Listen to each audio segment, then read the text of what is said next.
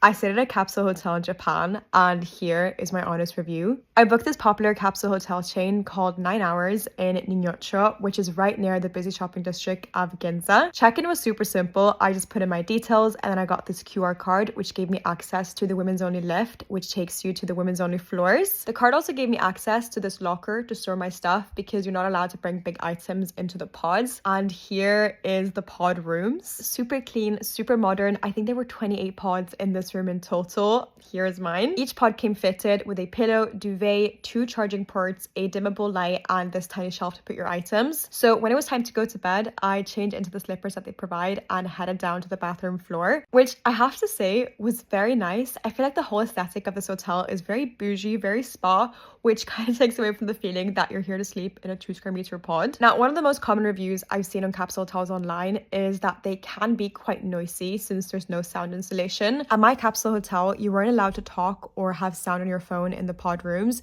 but people going to bed and waking up does obviously make some sound. So I wore my loop earplugs and my sleeping mask to bed. I closed my privacy screen and then I woke up 8 hours later, not really having heard anything. I actually slept quite well. Would I do this every day? No, mostly just because of space. You have to leave your capsule completely empty after you wake up and you only really have that small locker for your stuff. But was it a really cool experience?